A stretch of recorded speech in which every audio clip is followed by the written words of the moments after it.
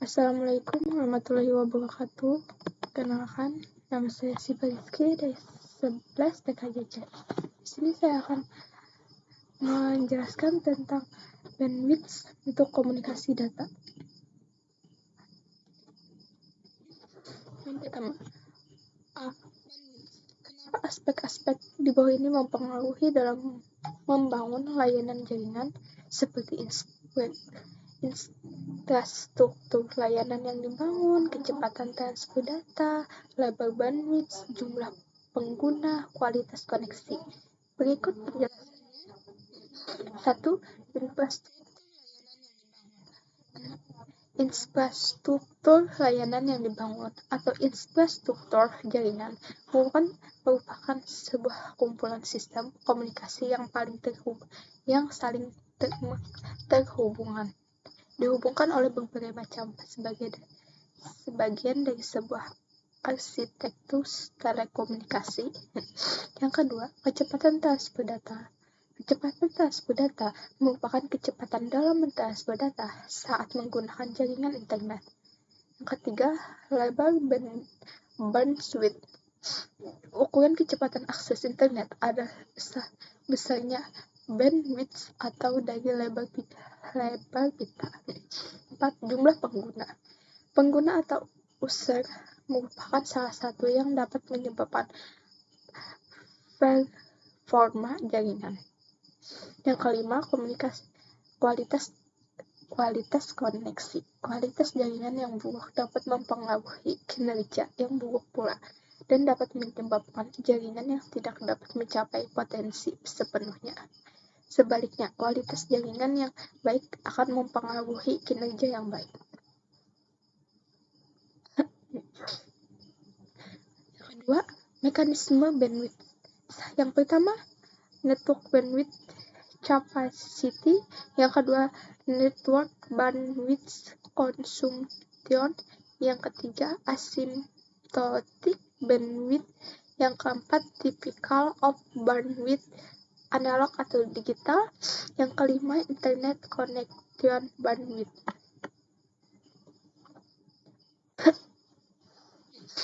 Penjelasannya, yang pertama, network bandwidth capacity. Kapasitas adalah kapasitas lebar pita, diartikan sebagai nilai maksimum besaran transfer data. Yang kedua, network bandwidth consumption adalah sebuah komunikasi transfer data yang dihitung dalam satuan waktu bit per second. Yang ketiga, asymptotic bandwidth adalah ukuran maksimum throughput pada sumber data yang sangat mengambil banyak data. Yang keempat, typical of bandwidth itu ada dua, analog atau digital. Yang analog adalah besarnya rentang frekuensi di mana sebuah sinyal dapat diperoleh secara akurat, sedangkan yang digital adalah jumlah dari pulsa per detik yang diukur dalam bits per second. Yang kelima, internet connection bandwidth merupakan kapasitas maksimum jalur komunikasi untuk melakukan proses pengiriman atau penerimaan data dalam hitungan detik. Yang ketiga, parameter pengukur lebar bandwidth. Berikut. Yang pertama, output. Penjelasannya merepresentasikan seberapa banyak kapasitas bandwidth yang sebenarnya terpakai. Yang kedua, upstream dan downstream. Upstream adalah kecepatan aliran data atau internet jika pengguna sedang melakukan upload. Kalau downstream adalah kecepatan aliran data atau internet ketika pengguna sedang melakukan download.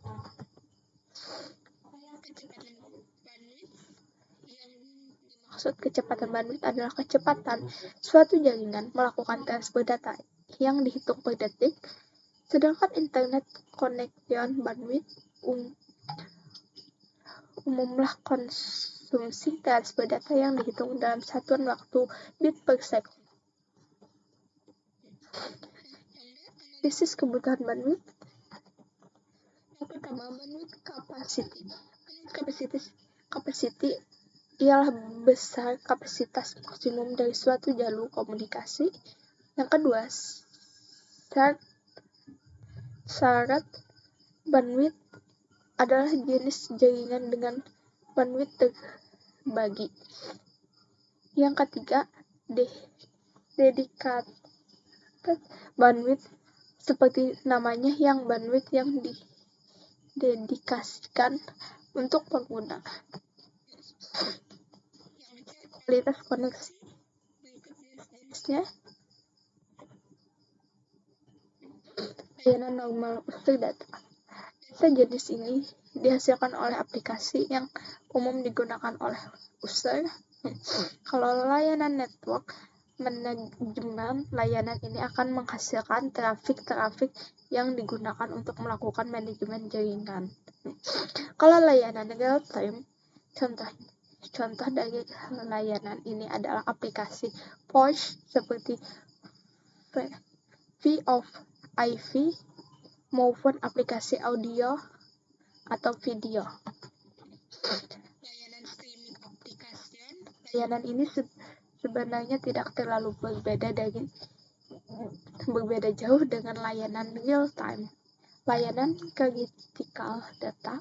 Layanan ini merupakan data juga, namun menuntut tingkat keakurat pengirim yang tinggi. Layanan network security management. Keamanan jaringan network security terdiri dari kebijakan yang praktik untuk mencegah dan membantu akses yang tidak sah. Layanan network control graphical. Graphical ini akan menghasilkan protokol yang akan mengendalikan jaringan. Layanan Dust One Service.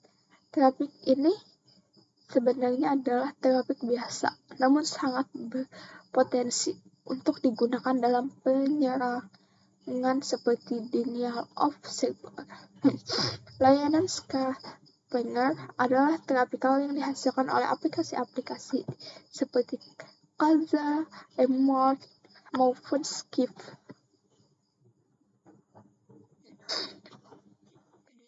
Faktor yang mempengaruhi QoS jaringan komputer. Delay merupakan waktu yang dibutuhkan data untuk menempuh jarak dari asal ke tujuan. Selanjutnya, delay variations adalah perbedaan dalam keterlambatan satu arah ujung ke ujung antara paket yang dipilih dalam aliran dengan setiap paket yang hilang diabaikan.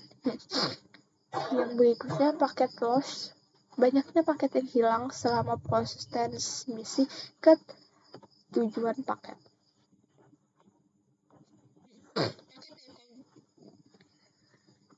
Reordering, pengiriman paket data dalam urutan yang berbeda dari pengirim.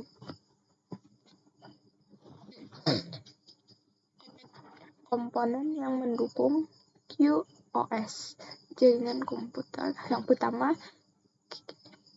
queuing.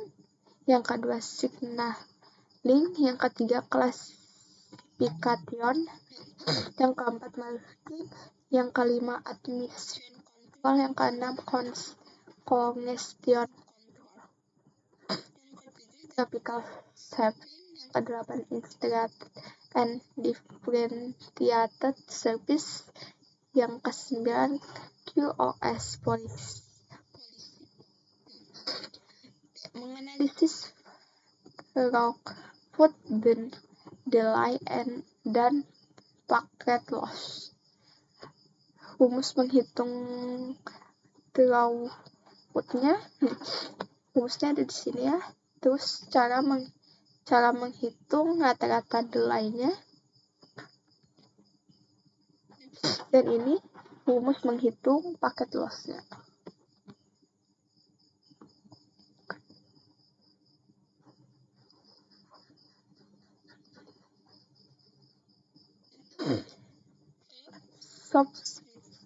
Pengertian software.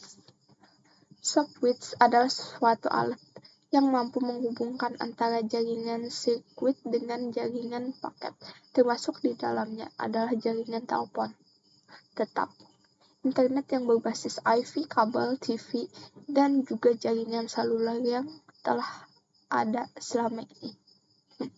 Yang kedua, komponen software. Yang pertama, media gateway controller. Yang kedua, signaling gateway. Yang ketiga, media gateway. Server merupakan aplikasi komputer yang memberikan pelayanan atau melakukan proses pelayanan terhadap setiap permintaan akses yang dilakukan oleh setiap komputer pengguna atau klien yang terhubung dengan jaringan. Terus media server berguna untuk berbagi film, video, atau audio dalam jaringan menggunakan media streaming.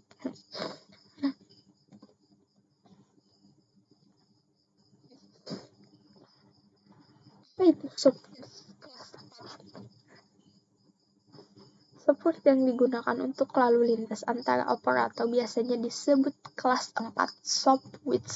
Fungsi utama dari kelas 4 software adalah besarnya ukuran routing dari panggilan jarak jauh. Apa itu software kelas 5? Kelas 5 software dimaksudkan untuk bekerja dengan end user. Software kelas 5 ini baik untuk layanan telepon lokal dan jarak jauh. Fungsi software. Yang pertama, fungsi switching pada software. Fungsi switching berkemampuan untuk menyambungkan dan memutuskan hubungan sementara.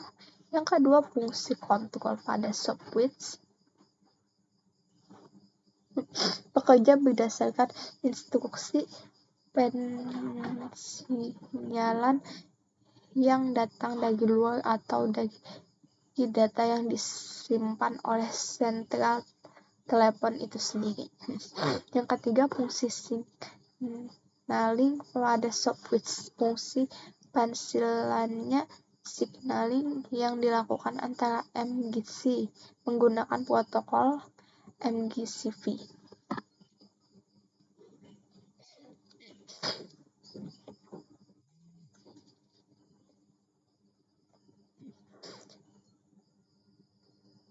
Beberapa jenis software oleh vendor dan trader di pasaran.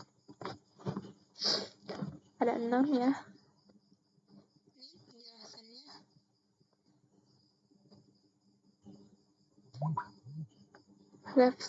Rever adalah sebuah platform SMS OTT seluler, pengontrol batas sesi, SDK komunikasi, dan cloud teleponi.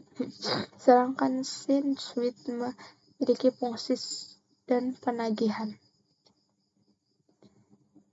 Sonus Software menyediakan terkemuka produk infrastruktur suara untuk jaringan publik. Terus yang Fork Suite adalah sebuah software atau aplikasi yang ditujukan untuk menyediakan routing dan switching antara IP teleponi dan jaringan TDM. Media Core Suite adalah platform VoIP tingkat operator yang dirancang khusus untuk selalu lintas suara atau SMS. Wireless software didesain khusus untuk UKM dan kantor cabang. Penjelasan dari saya. Terima kasih. Wassalamualaikum warahmatullahi wabarakatuh.